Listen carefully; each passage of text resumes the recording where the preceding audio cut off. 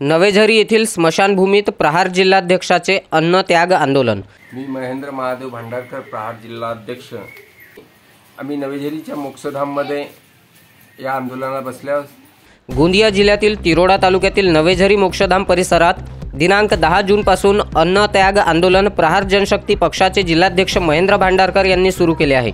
स्मशानात आंदोलन करणारे गोंदिया जिल्ह्यातील हे पहिलेच आंदोलन असून शेतकरी कर्जमाफी, दिव्यांग बांधव, भूमिहीन मजूर अशा अनेक मागण्यांना धरून अन्नत्याग आंदोलन नवेझरी येथील स्मशानभूमीत सुरू असून महेंद्र भांडारकर यांनी जीव गेला तरी चालेल परंतु आंदोलन सुरूच राहणार असल्याचे ठामपणे सांगितले आहे।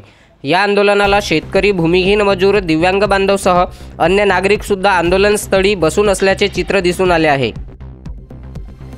मी महेंद्र महादेव भांडारकर, प्रहार जिल्हाध्यक्ष।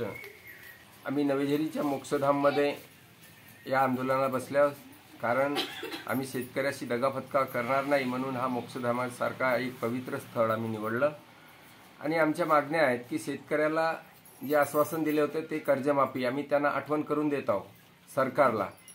त्याचबरोबर दिव्यांगांच्या 6000 मानधन करायला पाहिजे। आमच्या माहीमच्या CRP आणि लेखापाल ह्या अल्प प्रमाणाच्या मानधनामध्ये काम करतात। त्यांच्या आजच्या युगामध्ये पोट भरणं कठीण झालं आहे, त्यांच्या मानधनामध्ये सुद्धा वाढ व्हावी। तसेच भूमिहीन मजुरांना या 75 वर्षामध्ये एकही योजना नाही आहे, त्या भूमिहीन मजुरांना सुद्धा 6 लाख रुपयाचा किंवा 5 लाख रुपयाचा सुरक्षा विमा कवच देण्यात यावा। आणि अदानीची जी ओव्हरलोड वाहतूक होते त्या वाहतुकीमुळे सर्वसामान्य जनतेला मोठा त्रास आहे, ती बंद करण्यात यावी। आणि कृषी मूल्याला भाव देऊ शकत नाही म्हणून पेरणी ते कापणी MRGS मधून संपूर्ण कामे ही करण्यात यावी, ही आमची प्रामुख्याने मागणी आहे।